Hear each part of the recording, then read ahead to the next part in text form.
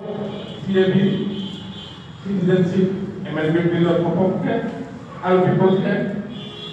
আৰু আমাক বিটিচিৰ এটা মূল্যাংকন দিব তেওঁলোকে বৰলাই কৰিছে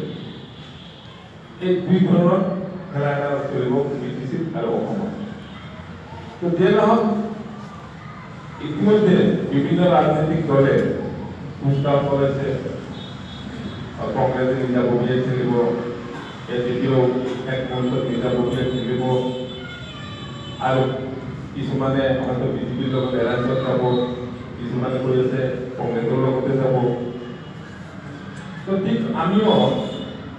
আমাৰ নিৰ্বাচনত আমি যে খেলিম পাৰিলে এটা ভাল অসমৰ সৰ্বসাধাৰণ জনসাধাৰণে গ্ৰহণযোগ্য দল যিটো আছে তেনেকুৱা পৰিপ্ৰেক্ষিতত আমি এলায়েন্সত যদি পাৰা যায় এলায়েন্স হোৱাটো ভাল আৰু যিহেতুকে ইতিমধ্যে বিটিচি আমাৰ মঙলদৈ সমষ্টিটো বিপিএফে বিজেপিকে এৰি দিছে আৰু বিজেপি হয়তো কোকৰাঝাৰ সমষ্টি বিপিএফক এৰি দিছে গতিকে খুব ক্ৰিটিকেল এটা পৰ্যায়ত আহি আছে আমিও ঠিক তেনেকেই কূটনৈতিকভাৱে পদক্ষেপ লোৱাটো ভাল হ'ব য'ত আমি যিজন প্ৰাৰ্থিত্ব দিম তেওঁক যাতে আমি তাত অন্তত জিকাব পাৰোঁ ইতিমধ্যে বিজেপি আৰু বিপিএফ কিন্তু এলায়েন্সত আছেই আৰু এইবাৰ যদি তেওঁলোকক পৰাভূত কৰিব পৰা যায় তেতিয়াহ'লে বিপিএফ আৰু বিজেপিৰ লগত নাথাকে আৰু বিশেষকৈ এইবাৰ লোকসভা নিৰ্বাচনৰ পিছত সৰ্বভাৰতব্যাপী যিটো ৰাজনীতি আৰম্ভ হৈছে তাত যদি বিজেপি মানে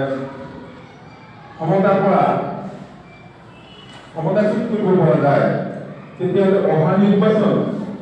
আমি অনায়াসে জিকাৰ এটা পথ মুকলি হ'ব তো সেই হিচাপে ভাবোঁ যে আমি যিকোনো পৰ্যায়ে কোকৰাঝাৰ লোকসভা সমষ্টিত আমাৰ যিজন প্ৰাৰ্থী দিয়া হ'ব আমি জিকাৰ এটা ৰাস্তা ল'বই লাগিব আৰু সেয়ে আমি হয়তো যদি পাৰি কংগ্ৰেছৰ লগত আলোচনা কৰিলে ভাল কংগ্ৰেছৰ প্ৰাৰ্থিত্ব দিবই ইতিমধ্যে কেইবাজনৰ প্ৰাৰ্থিত্ব প্ৰাৰ্থী কংগ্ৰেছৰ আগবাঢ়ি আহি আছে তাৰে ভিতৰত আমাৰ এই ৰঙিয়াৰে ভূপেন্দ্ৰ বড়ো একজন আছে আজি তেওঁৰ এৰিয়াতে হয়তো আমি সমৰ্থন আদিবাসীসকলে বিপিএফ আৰু বিজেপিক প্ৰত্যাহ্বান জনাইছে তেওঁলোকে আদিবাসী এৰিয়াত সোমাব নিদিব গতিকে আদিবাসী এৰিয়াত যদি আমাৰ যিটো খেল আছে